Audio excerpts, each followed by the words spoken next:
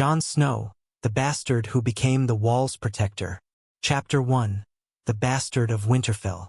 In the cold halls of Winterfell, where the ancient stones carried the scent of pine and frost, Jon Snow grew up in the shadow of his father, Eddard Stark. Born outside of marriage, branded a bastard, Jon carried this silent burden every day. He trained with sword and bow alongside Robb, Theon, and the Stark children, yet he always felt a step aside from their warm family circle. Winterfell taught him honor and duty, but also the bitter taste of loneliness. His heart belonged to the north, to the howling winds, to the silent forests, and to the snow that fell even when spring dared to approach. Chapter 2. The Path to the Wall.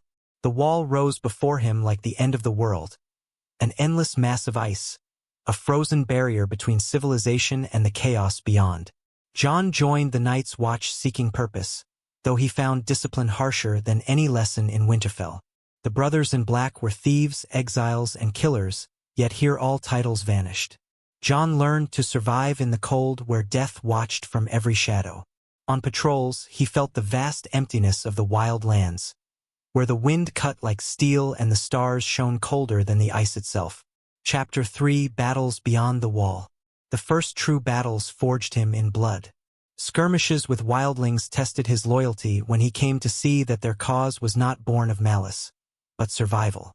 In the battle at the Fist of the First Men, surrounded by the living dead, Jon understood that honor meant nothing to the dead. His sword became part of him, his breath misting in the frozen air as every heartbeat was a gamble against death. Then came the war at Castle Black, where waves of wildlings struck the gates like the sea in a storm. Jon fought on the wall's heights, arrows hissing past, torches burning against the dark, steel clashing with steel until dawn bled over the ice. Chapter 4. Betrayal in Black. But victory bred envy. When he sought to unite the Watch and the wildlings against the common enemy, many brothers saw him as a traitor. On that cold night, steel slid between his ribs not once, but many times. He fell into the snow, feeling warmth spill from him, his last thought on Ghost's red eyes. Death, however, was not his fate. Drawn back by magic and the will of those who still believed in him, Jon rose again.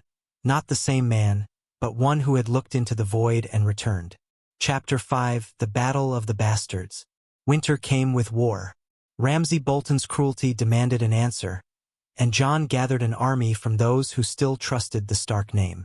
The battle on the fields before Winterfell became a maelstrom of mud, blood, and screams.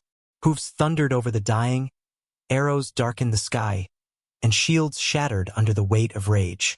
Jon fought like the storm itself, pulled under bodies, nearly crushed, until salvation broke through in the form of the Knights of the Vale.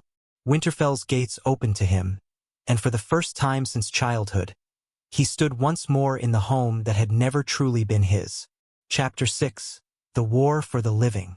The threat from the north grew into a nightmare. Jon crossed the sea to seek allies, meeting Daenerys Targaryen, the woman with dragons. Their union was both political and personal, forged in shared vision but shadowed by mistrust. At Winterfell, he commanded the defense against the Night King. The Battle of Winterfell was fought in darkness and fire, dragons clawing the night sky, the dead flooding the walls, and the cold swallowing hope. Jon faced the endless tide, knowing that even if they survived, peace would be fragile. Chapter 7. The Fall of the Queen. Daenerys' victory over King's Landing was drowned in fire and ash. Jon walked the streets choked with smoke, stepping over bodies burnt beyond recognition. The queen he had trusted, even loved, had become the very tyrant she swore to destroy. In the quiet of the Red Keep's ruins, Jon made the choice that would break him. His blade slid into her heart, not for vengeance, but to save the realm from her fury. He held her as life left her, tears mixing with the dust of the crumbling throne room. Chapter 8. The Final Exile. For this act, he was not hailed as a hero, nor condemned as a villain, but exiled once more to the Wall. There he found the Night's Watch broken, its glory faded. Yet in the cold halls of Castle Black, Jon united the scattered brothers and the free folk, forging a fragile peace along the edge of the world. He rode beyond the wall, Ghost at his side, not as a lord nor a king, but as a man who had lived through war, betrayal, and loss. A man who understood that his place was not in halls of power, but in the wild, where the wind carried the truth of the north. Epilogue. The snow covered his tracks as he vanished into the endless white. Jon Snow's name faded from songs and stories, but his deeds remained in the hearts of those who had seen him fight for the living, and who had followed him into the cold when no one else dared. The wall still stood, and so did he, the last guardian of the North.